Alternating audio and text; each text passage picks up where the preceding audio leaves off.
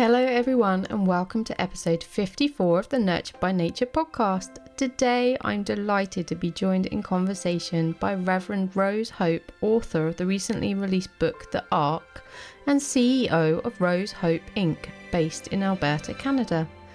As we start a new year, it is perhaps important to be reminded of how powerful an ally hope is in our lives. During these challenging times, it is easy to feel overwhelmed and powerless to make a difference. We find ourselves burdened by the need to do something, but lost as to what, if any, hope remains amongst the devastation and destruction. In this beautiful conversation, Rose offers us her gentle but indispensable wisdom for times of turmoil, encouraging us to connect with the awe and wonder of the nature that surrounds us and is us, thus making space for our inner wisdom to flow as we begin the journey to remember who we truly are, raising the possibility of what we are capable of and increasing the vibration of love and compassion in our deeply divided world. We go on to discuss Rose's amazing book, The Ark, a fantasy fiction inspired by the likes of the Celestine Prophecy and The Alchemist. It draws on her incredible life from her own near-death experiences, her time working as an EMT, teaching health sciences, running her own holistic health company, and more recently delving into the spiritual realms and the wisdom of the Akashic records. She takes us on a journey to rediscover our own power, to create and raise the vibration of both ourselves and the collective consciousness, to bring heaven to earth. In times like these, we need to ask for help, take a breath, be prepared to listen, and receive the wisdom to move forwards with love in our hearts. Welcome, Rose Hope, and thank you so much for joining us today on the Nurtured by Nature podcast. I'm really looking forward to having the opportunity to speak to you today. I know we're going to have lots of amazing things to share with our listeners, but just to get us started, I always just ask my guests to share a little bit about their nature story and just really whatever nature has been to you, any fond memories you'd like to share to get us started. That would be amazing.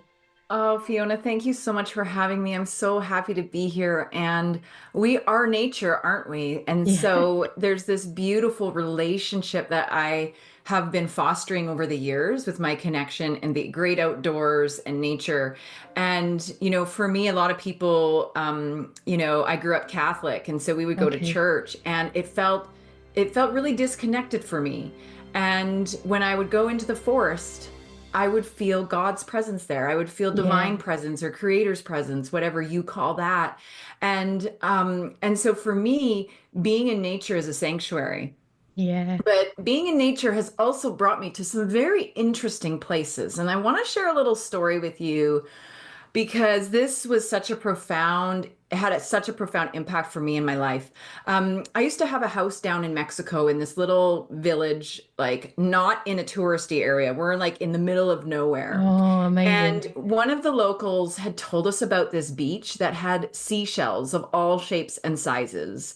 Wow. And so he drew us this little map to go on this adventure. Now, we have no idea where we're going. We just know that there's a village and then there's this sand road that's going to take us somewhere.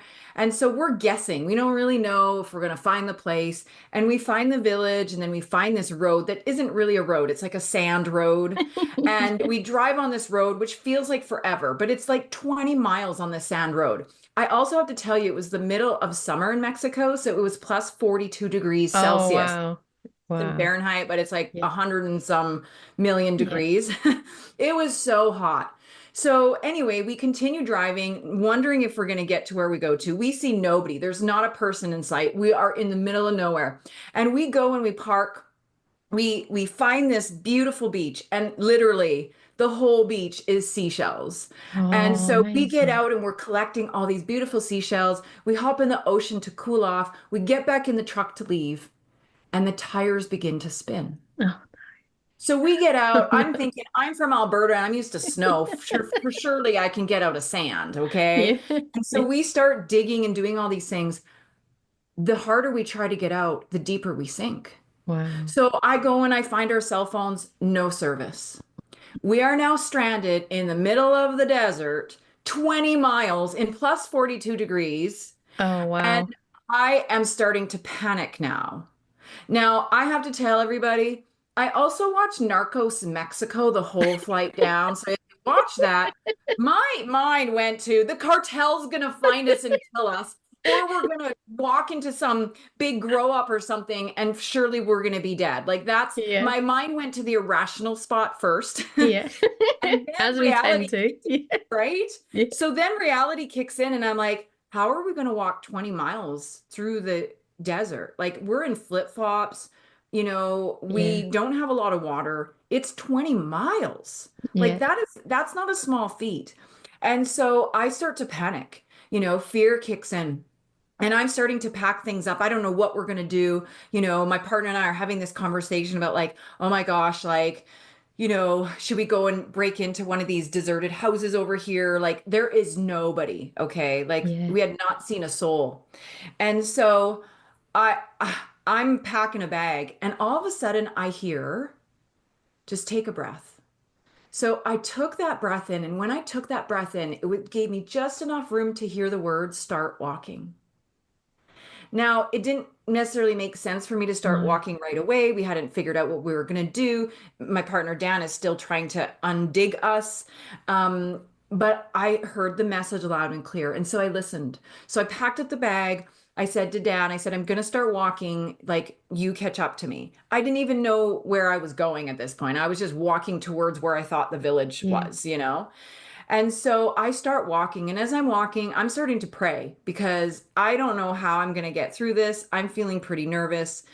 And so I just say, please send an angel. Please send an angel. Like, I'm just desperate at this point. Yeah. And so I walk for a few feet, and by this time, Dan has now caught up to me.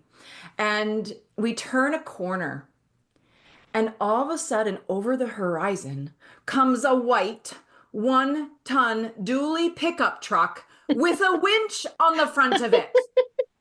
You cannot make this stuff up, Fiona. So this truck that we needed, because Yeah. like if you've been to Mexico, you know that this isn't normal, right? Like you Yeah. don't Yeah. see a vehicle that has the capability to pull another truck out ever. And so, anyways, this man, I said to Dan, I said, "Do you see what I'm seeing, or am I like making this up? Yeah. Because this doesn't Yeah. even make sense."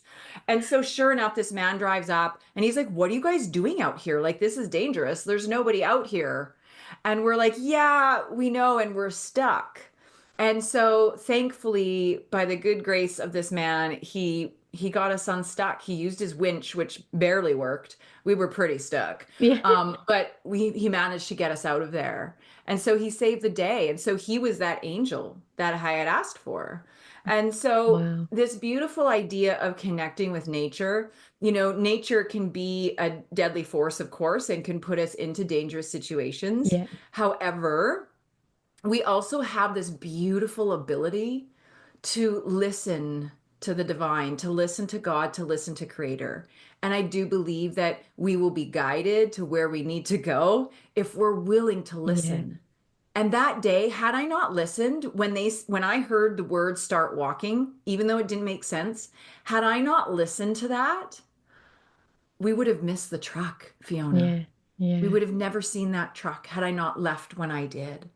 So, it's just such a beautiful example of um, this natural ability for the ego and the fight or flight to kick in, but also this other part of us that is so intuitive and so brilliant in this other way that if we can just lean into that and listen to that, that we can change the course of what we think the reality to be. I think that's really important. And I know that's something that I find is like being in nature is somewhere that we can practice that kind of those sort of skills, really, for want of another word. It's like it gives us that space to kind of just slow down enough and breathe. And yeah, it's so difficult, isn't it, sometimes to find the words to describe, I think, whether it's the energy of, everything that's around us that we can also, feel awareness for, even if we're not sort of really aware of that. It's just that is where you can hone some of these skills, isn't it? And really, and I think quite often people have those kind of experiences like you have when they are in that sort of real sort of natural sort of environment, and it gives them that opportunity to actually tap into, I don't know, this sort of deeper innate wisdom that is there in the world and within us, isn't it? Oh, it's so true. I think that there's this stillness, yet this music that is played Yeah. through being with nature and being connected with nature. And, I think that if we allow ourselves this opportunity to connect with it, we actually get to know ourselves better as Yeah. well. When we think about it, I mean, we're all actually connected, right? Yeah. We all share consciousness together. And that includes the materials, the chair I'm sitting on, the desk I'm at. It includes all of that too. And so it's starting to witness that divine or God, source energy, is in all things. And when we begin to witness that in everything, it's like it deepens our compassion, it deepens our regard and our respect. It deepens our ability to honor ourselves, but also honor other people. And so for me, nature has been one of my greatest teachers and my greatest allies to show me, well, really to show me that awe and wonder still exists. Yeah. And Yeah. I love the idea of awe and wonder. I love talking about it because nature has given me some of the most profound, enlightening experiences of my life. I had spent some time in New Zealand as well, and I had gone with a bunch of scuba divers, but I was staying on the boat, kind of manning the boat. And while the scuba divers were doing their thing underneath, I decided I was going to go for a swim. And so I hop in the water and I'm swimming, la di da, and I look around and there are hundreds of poisonous jellyfish surrounding me. Seriously. And somehow I made it back to the boat. Yeah. Like it was just like they knew enough that they were just hanging out and they were going to leave me alone. And you hear stories all the time about, people being lost in the ocean and dolphins surrounding them to protect them from sharks. And like there's just such a beautiful, beautiful opportunity for us to really witness the miracles and the magic and understand how connected and how divine we really are. And to me, that's what nature does for me. It brings in the awe and the wonder. It reminds me of the miracles and the magic in the world because it's really hard when we're in the grind of the day Yeah. to day. You're like raising families and working and all of the things. Like, we get so caught up in that. And then we forget about this potency that exists. And so that's what nature really does for me. It reminds me of the miracles and the magic. Yeah. And if I'm ever feeling down, that's my place to go to remind me of that awe and wonder. Yeah, I love that. I think I had a guest a while ago now, and she does forest bathing, and one of the things we talked Mm, about was awe walks, which is like being out in nature and deliberately looking for things that bring you awe and wonder.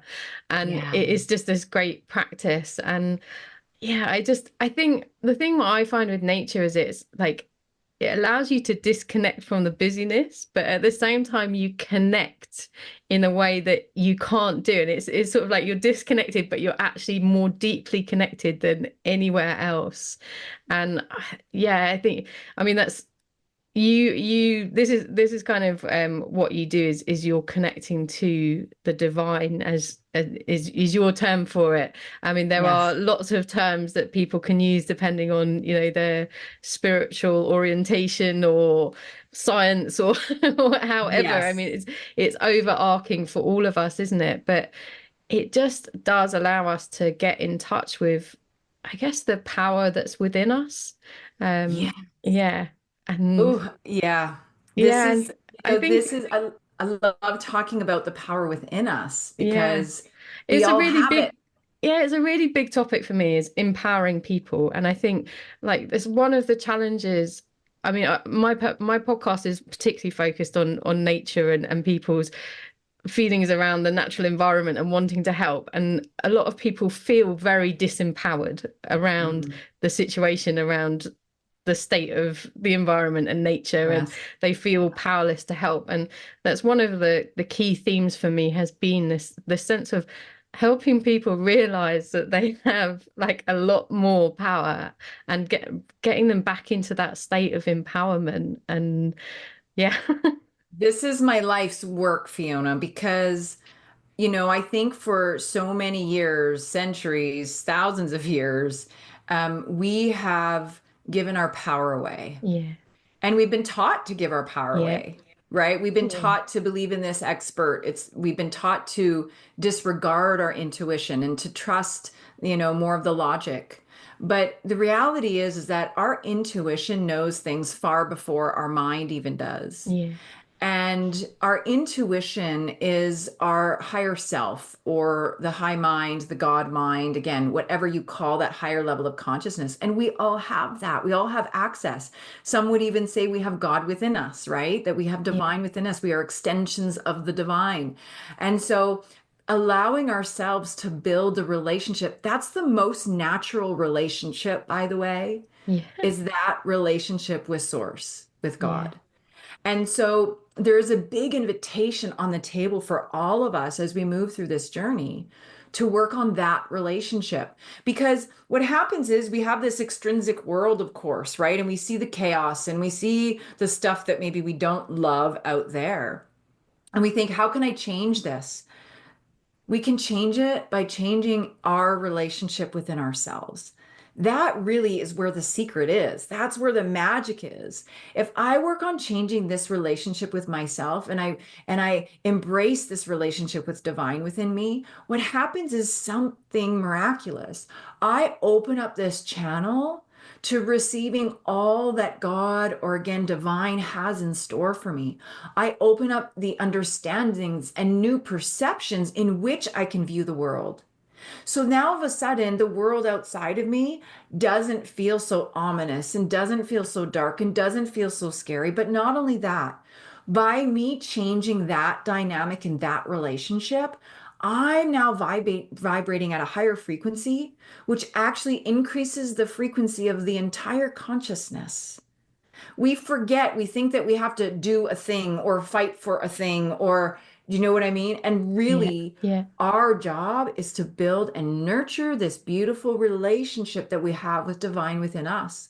And Yeah. if we just all did that one thing, if that was like all of our focus and we could spend the time to do that, I'm telling you, there would not be war, there would not be violence, there would be this beautiful understanding and compassion for all of humanity.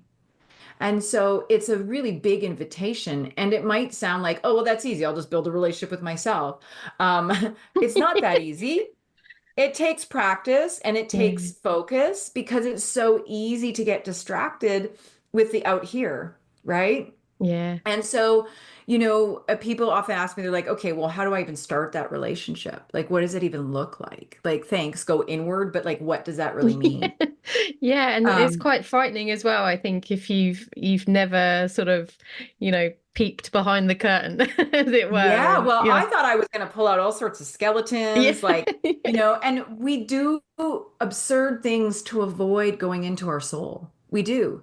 Yeah. Because you're right, it feels scary to go there too.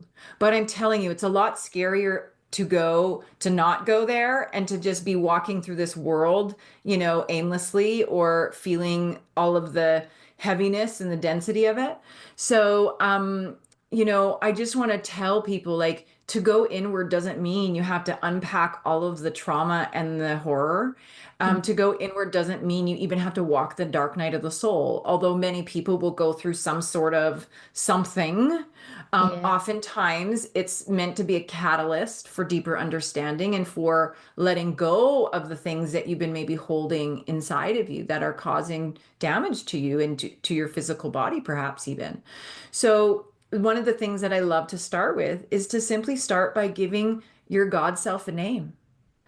When you recognize you're a multidimensional being and you give Yeah. your God self a name, now you can build a relationship to that aspect of your being and you can start stepping into that a bit more.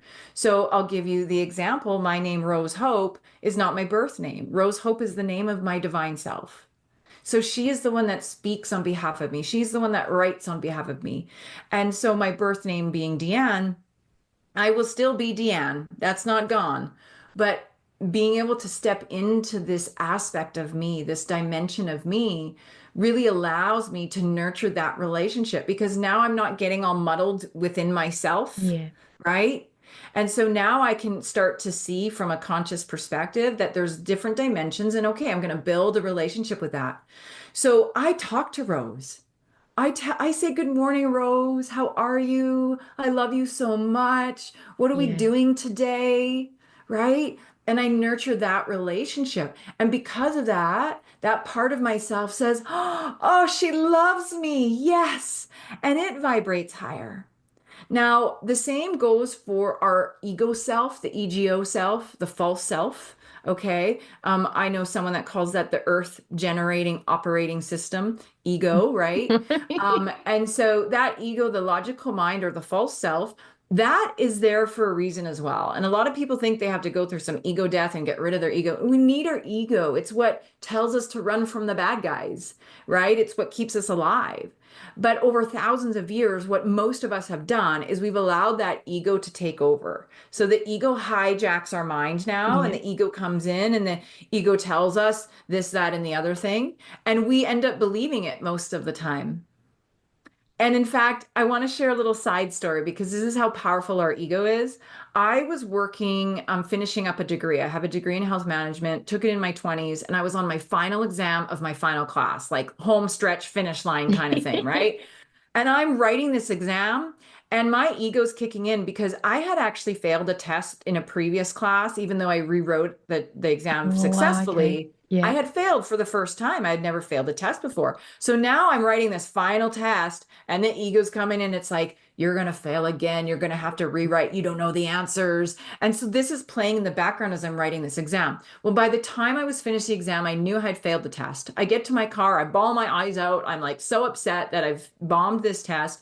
I get home and I email my professor because I'm so worked up about it. And I said, "I know I failed this exam. Can you tell me the areas that I need to work on so that I can start preparing for the rewrite?" Yeah. And my professor emails me back. She goes, "I don't know whose test you think you wrote, but you got 87%. This is what the ego mind does. Yeah. It tells us the story, and then we hook into it, and then we suffer because of it. Yeah. What if we are meant to run the ego, not the other way around? And that is the truth. We are meant to run the ego. And so now, if we can allow ourselves to be in that position, now we can start to say, "Oh, is that even a true story? Am I really going to believe that? Am I going to buy into that story, into that narrative?" Or you can even invite for more information. You can say, "Okay, where is this really coming from?" Right? Is there a Yeah. root to why you're telling me about this person, or you're telling me about this situation going to be this way or whatever?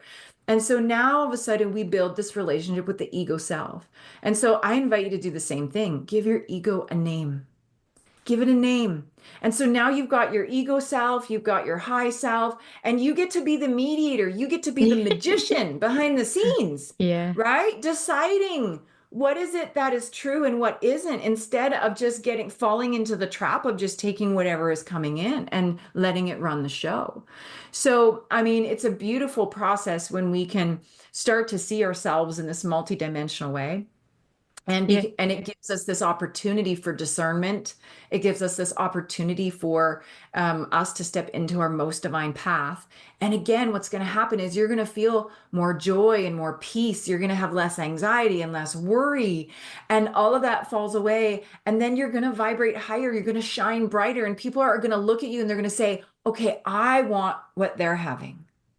I want that relationship too, because they're having a good time over there, and I want that." That's how we change the world.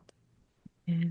I love that because it's I had a guest before and she said it's simple but it's not easy, and I think that's that's what it is, isn't it? And it's like I love the idea of giving your divine self a name as well, because I think it's you can then really feel this sense of like building a relationship with Yeah. with Yeah. yourself, but in a way that's a lot easier because you can set aside some of your baggage, can't you, as well? You can You you can go, well, can. here's the baggage over here Yes. and And I'm here, and then there's this other aspect of myself that I want to get to know over there. And yeah, it's I can imagine it's really freeing actually to it do that. is. Yeah. It's such a liberating feeling. And really, some people will call this being in the observer standpoint or the Yeah, witness, okay. right? So allowing yourself to be the witness of yourself, Yeah. right? And we forget to do that. We haven't been taught to do that, right? And so it's this, yeah, it's this beautiful opportunity for us to really start taking our power back because that's where we lose our power is in the jumbling of who am I and trying to understand these aspects of ourselves. And we Yeah. get kind of lost in that. And so this allows us to create that, separation within ourselves to then be able to say, "Oh, okay. My intuition is saying this. I can lean into that because my ego is full of garbage. It's not telling me the truth about this right now." And lovingly still loving the ego for what it is, because we do need to have some certain level of logic so that I'm not running into traffic, Yeah. or something like that, right? So we need that aspect of us so we can honor it and we can love it, but we can set boundaries with that ego self. And when we set those boundaries, oh goodness, it just opens up the channel for divine to be able to supply us with the information, with the insights, and all of the things that we are really craving in our lives. I think you mentioned a couple of times, and it's about like the vibration, and you've talked about like the consciousness of, I guess, mass consciousness, like Yeah. we call it that, which is pretty heavy at the moment, given some of what's happened. The recent election in the US, for example, has thrown a tailspin to a lot of people, regardless of where your political affiliations lie. It does send this sort of vibrational ripple out that those of us that are perhaps a bit more sensitive will be aware of, Mm. this sort of Yeah. heaviness. And I think what you're saying about like sort of having that opportunity to know that just being in control of ourselves, elevating ourselves actually does help the collective as well is a really important thing at these times of real sort of uncertainty, a lot of Yeah. fear, to just hang on to and remember that you do have power over that and over your sort of reaction to it, and staying in your center, I guess, really, and that power within you again, coming back to that. Um, Yeah, I'm glad that you brought this up because there is a lot of people that are in fear or feeling the chaos, like this world is going to hell in a handbasket kind of yeah, perspective. And I want to share a couple things about that. The first thing is that we have a tendency of taking on a lot of energy that isn't ours. yeah, And we do have a choice. This is still a choose your own adventure. And so there are things that we can be more mindful of, like feeding ourselves the news and feeding ourselves social media. Is it positive? Is it healthy? Is it serving your highest good? But also to set some healthy, energetic boundaries around that. So, what I love to do for people who feel like they feel the overwhelm or the weight of the world on their shoulders, there's this beautiful technique and it works incredibly well. We all have this energy field around us. We know this by science, right? Most of the people that are empathic, meaning they're more sensitive to energy, like you are, Fiona. I know you're an empath, you feel things. And so most of us as empaths, we spread out our energy field really big. So that yeah, means we could even go to the grocery store and the people that are like grumbling about Trump or whatever, they're dumping that negative energy there. And they're not doing it intentionally. This is just a natural, organic process of nature itself. And so this dumps in there. And then you take all this stuff home and then you feel like anxious and heavy and ugh. And you're like, why do I feel so ugh? And it's because you've taken on all this energy that isn't even yours. yeah, So, one of the first things I love to do is to dust myself. So, if I go out in public and I feel heavy, I do what I call the dusting, like as if I have like sawdust on me or something. I yeah, just dust my whole body off and I set the intention that anything that is not mine, anything not serving my highest good, I send you away with light and love or whatever you want to say. yeah, But if you want to create the boundary before you go out into the world, you bring in your energy field first and foremost. Your energy field does not need to be the size of the room. Bring in your energy field. And all you need to do is imagine the energy field 1 to 2 feet around you, like an egg shell around you. Or you can use your arms as well and just bring your arms in closer to you. And so when you do that, you're already creating less space for people to dump their stuff in there. yeah, But more than that, More than that, you set an intention. And this is the intention that I love to set. I only allow energy serving me at my highest good into my sacred space. I only allow energy serving me at my highest good into my sacred space. And I say that with authority and conviction, and Yeah. then I am fine. So I started doing that about a decade ago when I started doing readings because I would get home and feel so exhausted from doing readings and oh my gosh, and taking on everyone's garbage and it was exhausting. I thought, how can people do this? Like, I can't, this isn't sustainable. Yeah. And so that's one of the techniques that I used, and it really saved the game for me. So I encourage that.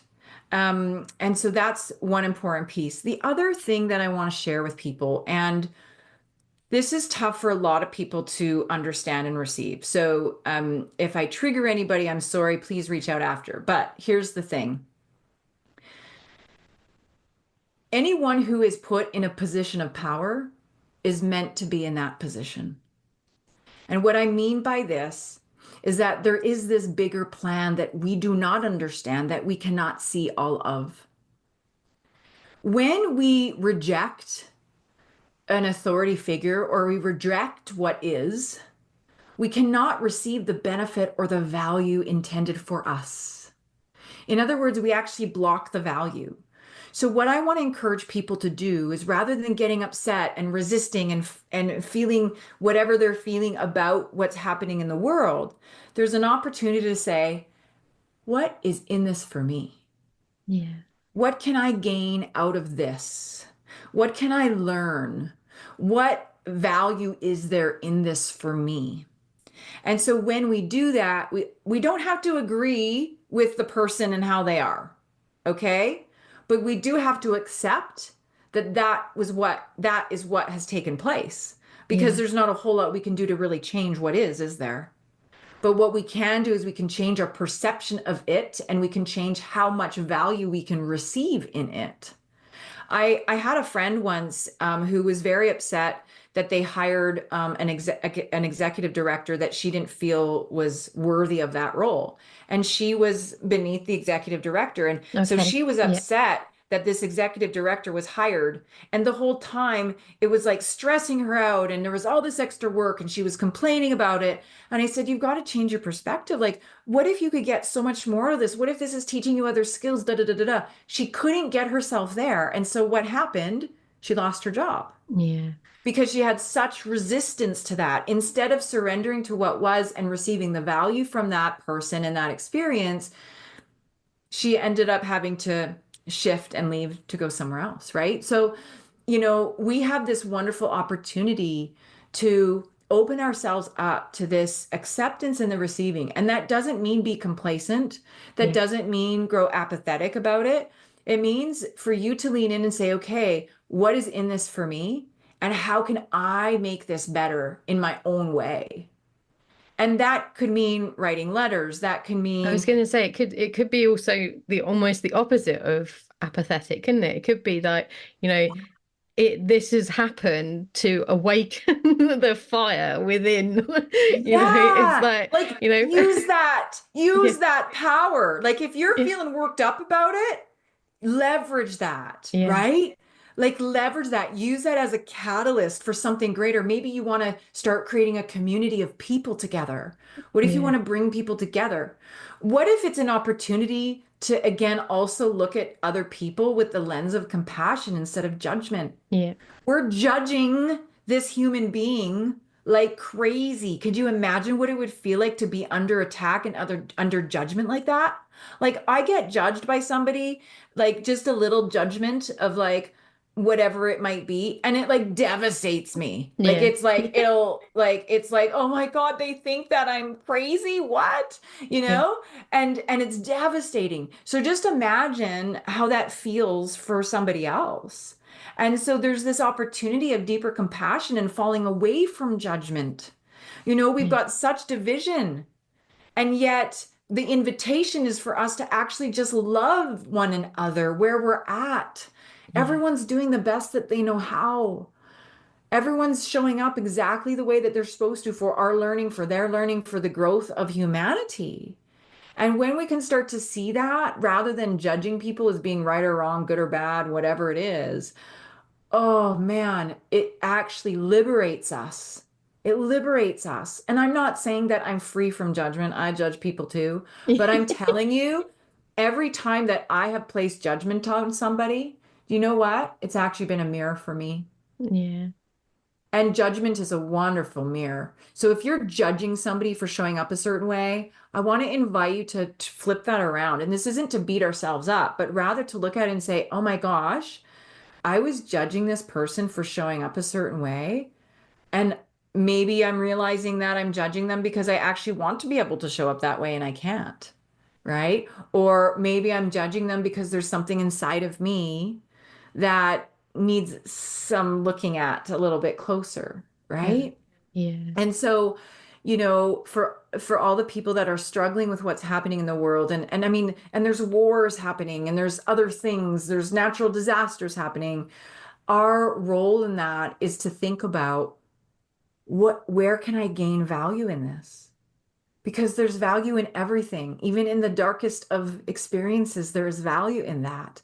And I know it's easier said than done when we're not in the valley of despair. When you're in it, it's Yeah. really hard for you to say, oh, what can I win here? What can I gain here? When you're Yeah. like crying and like in this dark place. Yeah. But I will promise you that you will move through that space much deeper if you're willing to say, I know there's something in here for me. What is it? And to be curious about what that is. This summer I had pneumonia this summer. I was really, really sick, Oh, wow. made it into the hospital and everything. Oh, And wow. there were times when I couldn't breathe. So what would happen is I would cough and I'd go to breathe in and I couldn't breathe. So I was also on an inhaler and all these steroids and all this stuff.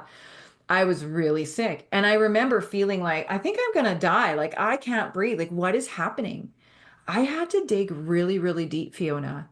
And what I recognized is that I had so much grief that I had packed away. Yeah. I had lost 22 people, loved ones, aunts, uncles, grandparents, friends, since I was about 12 years old. Yeah. And so over the span of 30 years, that's almost like one person a year that I Yeah. loved deeply that had Yeah. died. I had never dealt with it. I had never processed any of those deaths. So this summer, as I am going through this major lung thing and, experiencing this illness, it was so incredible to see this grief bubble to the surface. That was the root cause of my illness. I know that. So Yeah. as soon as I held space for the grief, as soon as I honored the grief, as soon as I said, okay, this is not easy, I cried every day, I think for about 2 months, you know? That's And huge. so I just I surrendered to what I was feeling emotionally about it, the loss of these experiences and these people and all of it. And had I not done that, I'd probably still be sick. Yeah. Had I not done that, I would still have these layers that would pop up from time to time. And so I held space lovingly for that grief. And we have this, again, we judge things, right? We say, oh, grief and hate and resentment and guilt and shame, they're all low vibration. Yeah. Yeah. And we're Yeah. like, oh, low vibration, ah. But here's the thing. There's an invitation again for us to come and look at it from a neutral perspective, not from a judging perspective, but to say, what does the grief have to show me? Yeah. What is the grief showing me? And that's what I asked. I asked the question of the grief. I said, hi, grief. I befriended the grief too. Just like we befriend those aspects of ourselves, we befriend these emotions too. And so I held my hands, I cupped my hands like this, like I was holding a cute little bird. And I said, oh, hi, grief. I was bawling while I did this, by the way. Oh, hi, grief. You know, I see you and I know that you're here to show me something. And I was shown all of these memories of love that I had with these people. Yeah. I was shown all these tender moments. I was shown compassion that I have now for other people who've experienced loss that I wouldn't have understood otherwise. So Yeah. all of this stuff started bubbling to the surface. All of this learning, all this understanding started to show up for me. And as soon as I did that, that grief was like, oh, I'm not so heavy and dense and bad, am I? Yeah. And it's not. So there's potency in what we perceive as low vibration energies as well. Yeah. And I if we think can it's see we them have in to have that this way, whole we need the whole range, don't we? This is the thing. It's like, it's as bad to get, stuck in in the top as it is to get stuck in the bottom. Not necessarily bad or good, but yeah, it's I think it's really, I mean, that sort of ties us a little bit back to your book that's just been released as well, doesn't it? Because talking about death, and actually your book, The Arc, that has just come out, covers near death experiences as well, doesn't it? Which you've had personally, and your learnings from that. And Yes, it does. I have had quite an experience, and I just realized usually I have my book up in the background, but I see that it's fallen down. But this is that book, The Ark, and I've had two near-death experiences. I've had some very interesting stories tied to death, actually. Death has been profound in my life, my own near deaths. And then I've had a lot of instances where I could have died, being stranded in Mexico in the desert being, yeah, one of those situations. And so I've really nurtured this relationship with what death means and okay, redefined it for myself. And I really see it as a rebirth. I'm not afraid to die. When I had my near deaths, my second one in particular was really profound. I was 26 years old recovering from knee surgery, so it wasn't anything like traumatic necessarily. yeah, okay, But something happened. I went unresponsive due to some of the medication, is what we suspect. And so I went completely unresponsive. My brother-in-law was with me at the time. And when I went unresponsive, Fiona, something so profound happened. I was surrounded by these beautiful angels of light. Hmm. They were the most vibrant, beautiful colors you can even imagine. They they brought in this energy of complete love. Like I felt like I was held in the arms of God. I felt unconditional love, completely safe, complete peace, euphoria beyond measure. Okay. Like so euphoric. I remember thinking when I was there, I'm staying. This is amazing. I'm going to stay here. And Keep me, yeah, they very quickly responded with, "You have work to do. You're not staying here." yeah, But that experience really moved me. When I came to, I was afraid to tell people that it happened. yeah, And many of us do this, right? We have experiences or stories and we're afraid to share them because we're afraid of the judgment. And so I didn't know how to express to my brother-in-law what had happened to me. So I just kept my mouth shut. But in the days to follow that experience, I felt so compelled. I was like, I need to talk about this. I need to talk to someone about this. And so I'm in the kitchen telling a girlfriend a few days after, I'm still recovering from the surgery. And I'm telling my girlfriend because I feel safe with her. And yeah. I'm like, okay, I got to tell you this. Please don't think I'm crazy, but like I went to heaven and I was with angels. Like here's what happened. And as I'm telling her the story, my brother-in-law, who I lived with at the time, came running into the kitchen, slammed his hand on the counter. He says, I knew it. I felt the angels too. Oh, wow. So Wow. his experience was that when I went unresponsive, he couldn't find a pulse. It didn't look like I was breathing. He was about to call 911. Like he was Yeah, panicking. He's like, I don't yeah. know what to do. Ah. And he said he felt them come in and they said to him in his mind, she's going to be fine. Just wait. And so he crouched beside me and he just sat there and he waited. And he said, Oh, within a wow. few seconds, he said it felt like minutes, but within a few seconds, he said, I opened my eyes with a smile on my face. Oh, wow. So he really validated that experience for me. And Yeah. after that, I said, okay, God, I know I've got to talk about this. I need to share this experience. So this is actually where the book really started to come together. So this was about 20 years ago. So I've been working on this book for about 20 years. And so the book, though, as I wrote it, even though at first I wrote it as my own story, as I was writing it, God really guided me and said, like, this isn't your story. It's the story for the world. And Okay. so I decided to do it through the lens of a character. And so it is technically a fantasy fiction, but it's based on my real life experiences and real characters in my life. So it's been a beautiful process because much of the book has been channeled. The stories and the experience that the character Celeste has in the book, they are again based on my experiences, but they bring it into a whole nother level. So the character has near-death experiences, and then she goes into the angel realm and she spends time in the angel kingdom. And she gets to know the angels, her guardian angels, and they teach her things and they show her things. They bring her into a grand library, which we know here as the Akashic Records, your soul's Okay. Yeah. library. So she goes into that library space inside of the Ark, the angel kingdom, and she gets to learn all these beautiful, wonderful things. And then, hopefully bring them back to the rest of humanity. So it's a beautiful story, and it's fun and it's whimsical and it's magical.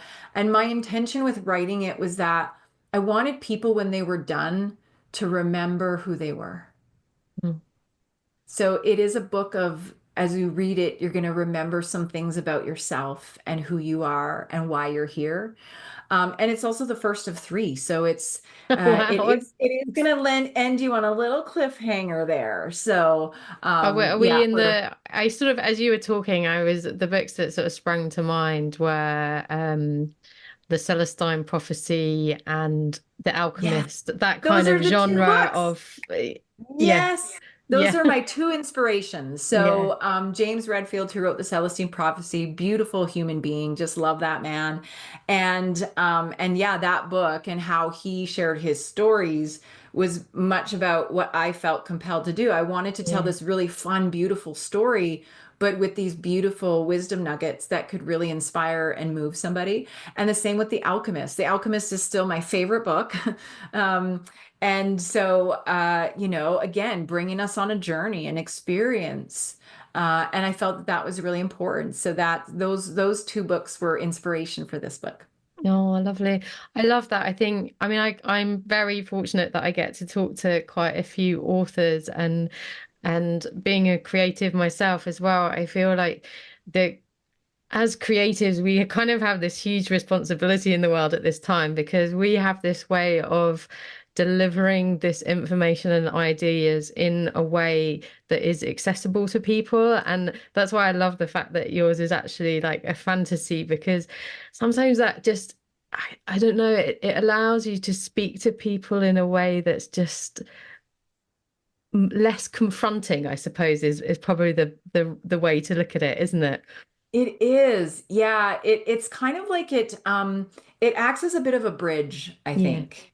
And that's how I would describe it. Is Yeah. like, we're leaning into this magical space, but like bringing it into our three-dimensional reality and into our heart and into our truth to see if it resonates, right? So, yeah, I think it's a beautiful way to just open up these conversations and open up our ideas and really get to the heart of our truth. Yeah, I think that's what's really important because I think sometimes it's quite easy for people, particularly at the moment, to get offended and get entrenched in their Yes. position, isn't it? And it's a way of just like I love that word, the bridge, bridging to people in wherever they are now. And I think it's one of the. I mean, I love the two books that you have said were your inspiration. They're books that you can go back to again and again and again, and every time you read them, you're in a different place and you get different nuggets of wisdom from them. So And true. I'm excited to have well, it's going to be a trilogy, isn't it, of Yes, wisdom out in the indeed. world doing the same. And it's I don't know, it's just it's exciting to have this in the world and know that there are people out there like yourself. But I feel like I just want to do you a little bit of justice and I wanted to like circle a little bit back to like some of the things Sure. that we haven't talked about because you have this amazing like story as well of actually you set up a whole like holistic health business, but you have also Yeah. this amazing like science background and you were in like emergency medicine as well. So you have, you Yes. know, our conversation so far has been very much sort of in this sphere of the divine, which I know is like the space that you are in now, but I feel like it would do you justice to the listeners who might not have come across you before to like actually just kind of paint the bigger tapestry of who you are and how you've got to this place. If Oh, you'd well, like to thank share a little you. bit about that would be lovely. Absolutely. Yeah, well, I think it is important to share this because, so my first near death, I was only 5. Mm. So I choked. My dad saved my life. And as a result of that near death, I felt like I needed to prove my worth, that it was like God made the right choice by giving me a second chance. So I became an overachiever people pleaser. And so I excelled in school. By grade 4, actually, I was the president of the Kids for Saving Earth Club. Like, Oh, I had a wow. mission to save the world too, Yeah. okay? Like I was on a mission. And because of my dad inspiring me and saving my life, I knew I wanted to save the lives of others. So I became an EMT firefighter. That was my first career. I remember celebrating my 19th birthday on the last day of my practicum. Oh, wow. Um, and Wow. so I started really early. So I was seeing things and a lot of death and a lot of trauma at a very young age in that. But what was interesting is like I was very intuitive as a kid, but I had shut that down Okay. because I was raised Catholic, didn't really know what to do with Yeah. it, felt a little different than everybody else, I felt like I was weird. So I just shut all of that down. But when I was in EMS, I would have spirits come home with me. Oh, And wow. Okay. I would think to myself, like, I'm really losing it, right? Like I was a science junkie as well. So I Yeah. wasn't into all of this woo-woo. I was very based on the science of things and logical reasoning and all of that. And so as I would feel such EBGBs, I mean, I remember one night coming home after a call. The woman was already deceased when we got there, but I had to spend a lot of time with her body and help the police take pictures and what Okay. have you, like the Yeah. processing of it. And I felt such EBGBs after that. Like I'm sure I had like 7 or 8 showers that night because I felt just like, oh no, it's still not, oh, I still felt weird. Yeah. And Yeah. so these energies started to come home with me. And I thought, you know what? I cannot stay in this profession. Like I'm losing my mind. I must have PTSD, like self-diagnose myself. Yeah. And so I decided to switch careers. I ended up in the dental field and then health sciences. So I actually taught at our colleges here in Alberta for about 8 years. And I loved teaching. I loved teaching. But again, was really caught up in this rat race, right? Of Yeah. like Yeah. achievement, achievement, Okay. please, please, please do everything you're supposed to Yeah. do. So when I had my second near death at 26, I was still teaching. And a lot of people are like, oh, well, you had the second near death. Now you're enlightened. Now you've got it figured out. No, that wasn't the case, folks. It took me a lot still. So after the second near death, well, now I really felt like I had something to prove, right? Yeah. Yeah. And also, I wanted to go back to that heavenly place. Yeah. So I went on the hunt for heaven. However, I was looking everywhere, but inside of myself. Yeah. I thought, I'll be happy when. Have you played that game? I'll be Yeah. happy Yeah. when. Yeah, Yeah. it's a losing game, everybody. Don't play that game. But I played the I'll be happy when game, and I'll be happy when I get married and have my kids. I'll be happy when I achieve this level of success in my career. I'll be happy when. And in fact, I ended up more miserable than ever before. And so, um, about 5 years after that second near death, I was 6 months postpartum. I had my second child, Yeah. and I was in a very deep and dark depression, very deep and dark. And I had decided that I was going to take my life because it would be easier on my family, it would be easier for me. Like that's how much despair I was in. Yeah. I was in a lot of emotional pain. And I felt like I had failed. I felt like I can't find heaven. Like I'm doing something wrong. Yeah. And I just wanted to go back to that heavenly place that I had been to Yeah. before. This does happen, by the way, to a lot of near-death survivors where we feel like we just want to go back to that You place and sort we of can't split find it almost here. in, yeah. Yeah. Yeah. Yeah. So, anyways, so I prayed. I prayed that night because I was starting to plan out how I was going to do the thing. And so I said, okay, God, this is the only path I see. If there's another path, you need to show me now. Like, you need to show me. I demanded that God showed me another path. Yeah. And Fiona, the most beautiful thing happened. I was visited by what I can only describe as an angel. And that angel showed me a vision to create a holistic healthcare system. Oh, wow. Now, I had the medical background. I had a degree in Yeah. health Yeah. administration and Yeah. management. You know, and I had gone through my own health journey. My whole life, I had struggled with my health as well. Yeah. So it was like a beautiful blend. And I was like, this is it. This is my divine purpose. And so I literally got up the next morning, and I was like a whole different person. And I said to my husband at the time, I said, this is what I'm going to do. Here's my idea. And he said, I think this is the best idea you've ever had. Like, go for it. And so I started building that company.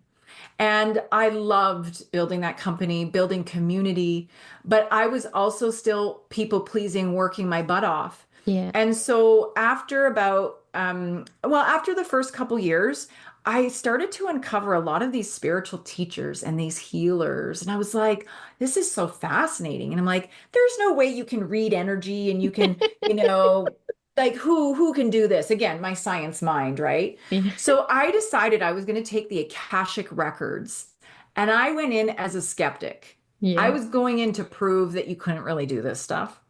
And let me tell you, was I ever proved wrong? I went into that class and I was mind blown at what I knew. So I started practicing reading for people, and it was just like, how do I know this? I don't know. And so all of a sudden, I started to see all of this magic that I had that I'd stuffed away from childhood, all of this Mm. intuition, all of these gifts of clairvoyancy, clairaudience, like all of these sensitivities that I had were such incredible gifts. They weren't curses, they were gifts. And Yeah. so I started to lean into that. And so as I was building the holistic healthcare system, I was also building the spiritual side business. And at one point, I got to the fork in the roads because I was getting tired. I was still working hard, and trying to get, the holistic thing going and all of that. And I was able to build it to a successful organization with thousands of members in it. Wow. But Spirit said, you have to make a decision. Are you going to keep building this, or are you going to become the spiritual teacher and student that you really are meant to be? Yeah. And I knew so clearly what I needed to do. And it was to lean into the spiritual business and to lean into that connection that I had with God, and how to show people how they can create heaven on earth and help them to recognize it's not outside of us. We have to create heaven within us in order Yeah. to then share it with the world or experience it in the world. So, needless to say, Spirit guided me to gift that company.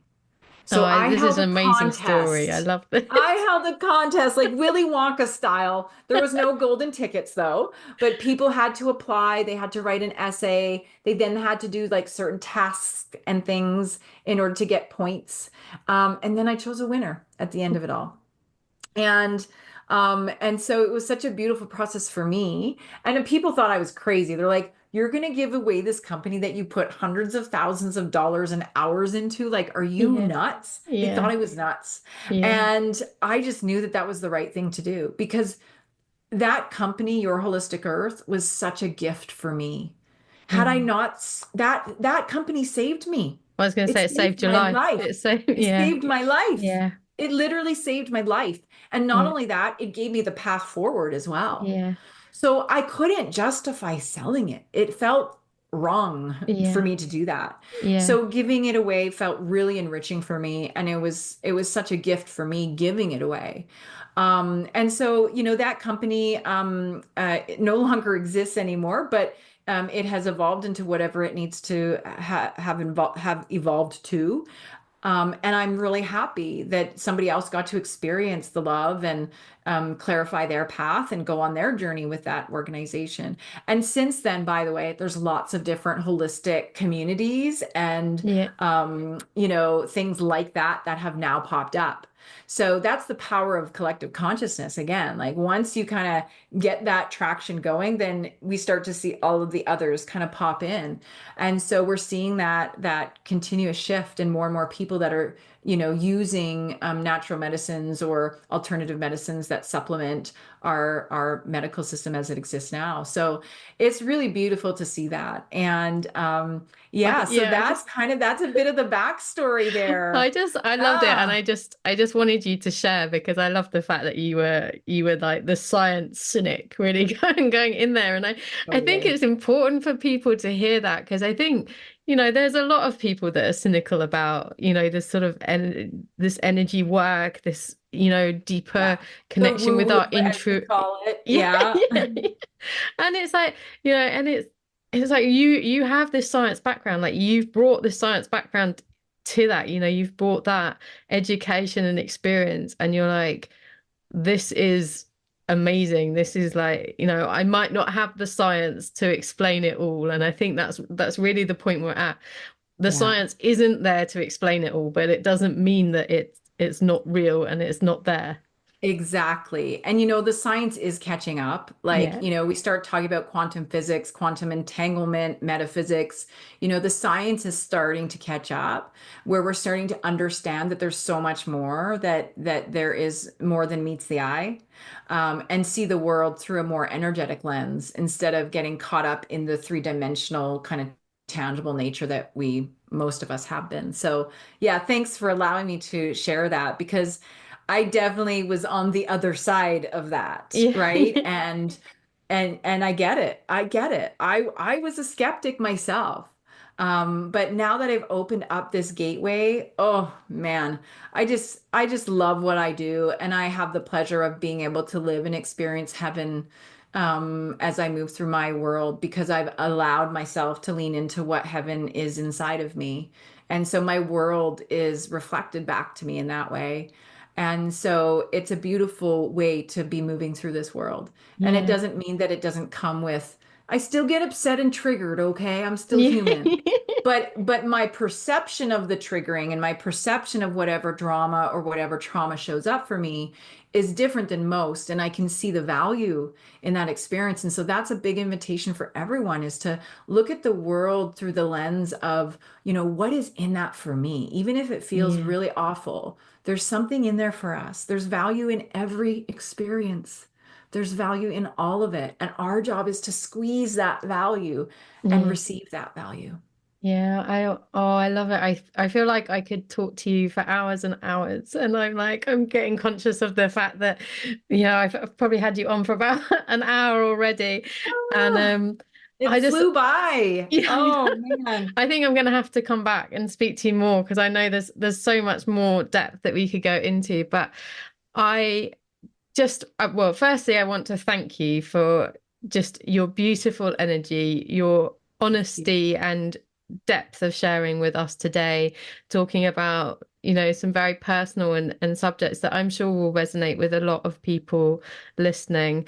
And also just this beautiful message of hope that you hold for all of us, for the future and the possibilities that are out there, and just your whole journey through your life is just a reminder that we don't know what's around the next corner. Like the possibilities are endless and can be incredible, and our path can change and divert and take amazing forks that can just lead us to incredible destinations we can't even imagine. And I think for me, that's part of why I have this podcast, is I want to hold that space for people. I want people to know that there are possibilities for our environment, for our societies, for ourselves, that we can't even really imagine at the moment. And there are amazing people out there that are already perhaps a step ahead of us that we can go and join and collaborate with. And, you know, we are just so much more powerful than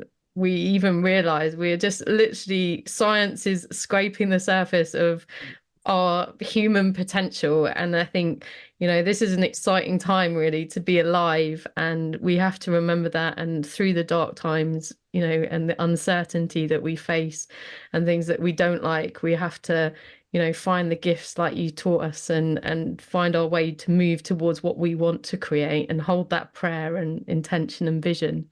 But I just would love to ask you, Rose, if there is something you would like to leave people with, a little, you've given us so much already today, but any sort of little nugget of wisdom, a message on your heart that you would like to share and leave us with would be amazing. Well, this is a quote that God gave me years ago, and I love it so much because it reminds us that we're being taken care of. And it is this: in every given moment, you have everything you need and then some. I love that. That is so powerful in itself, because we forget, Yeah. especially when we're in places of despair. We think we've been abandoned. We think we're not supported. But the truth is, in every given moment, we have everything we need and then some. Our job is to know that and Yeah. to trust that. And if we can do that, Yeah. then we open ourselves up to that receiving. Yeah. Divine is our supply. Yeah. And divine wants to give us everything possible that we need in order for us to live the most fulfilled life possible. And sometimes the everything we need is not the rainbows and the butterflies. Sometimes the everything we need is the difficult, Yeah. mucky stuff. Yeah. But if we're willing to see that it's there for a reason and not just 'cause it Yeah. wants to create suffering, Yeah. then we get to receive the value in it. Yeah. Oh, I love that. And I think something else that I got from our conversation is your conversation right at the start with you when you were in Mexico is to remember to ask for help as well. Oh, isn't Yeah. that the truth? Yeah. Oh, the help is always there. We Yeah. just got to be willing to ask and receive. Yeah. Yeah. So That's a it. The lot of people receiving will bit is ask, yeah, yeah. because people will ask and then they're blocking the receiving part. They're like, I Yeah. want help, but I shouldn't take it, you Yeah. know? Or it has Like, to no, come a take it. specific way. Yeah. Yeah, that too, right? It has to Like you look like this, right? yeah, like your Totally. angel was a white truck, there were no wings Exactly. involved. Yeah. It didn't need to be, right? Yeah. Exactly. Yeah. Yeah, you got it. Oh, it's Yeah. so fun. I've loved our conversation, Fiona. Thank you so much. Oh, well, thank you. I really appreciate it. And I will have the links in the podcast description for everyone to go and have a look at your website, to find your book. I'm sure that, Yes. I encourage everyone to read that. There's lots of ways that people can work with you. And you also have your own podcast as well, don't you? Which people I can do. listen Yes, to. it's called When Spirit Calls. So we share stories of people when Spirit has called them or leaned them into one direction or another. And there's a gift too in those links too. It's a soul blueprint quiz. So people can explore that. And I'm not sure when this podcast is airing, but in January, we have 7 days of creation every year and it's free and it's 7 days with me in the Akashic Records. So Oh, it's a wow. really Oh, potent brilliant. week as well. It will be out before then. So if you're listening Oh, to this, perfect. Well, make sure you have that link yeah, too. yeah, Yes. brilliant. Amazing. And they can sign up now for that, can they? Yes, Anytime they going forward? can. Yeah, You perfect. betcha. And if you can't make it live, then you can catch the replays as well. Oh, amazing. Oh, well, it's been absolutely a pleasure. And Thank yeah, you. I can't wait for the second and third book as well. So Yay. Oh, that's what I was hoping for. Thank you so much, brilliant. Fiona. Thank you. Thank you so much for listening to the Nurtured by Nature podcast. I truly hope this conversation has brought some hope and inspiration into your life. I would love to have these messages ripple out across the world. So if you can, please share this episode with your friends, leave a review on your favourite podcast player, and make sure you subscribe so you don't miss the next episode. I would love to hear from you, so please feel free to connect with me on the links provided in the podcast description. But most importantly, thank you so much for being a part of this journey with me. But don't forget to simply get out there and enjoy the natural world.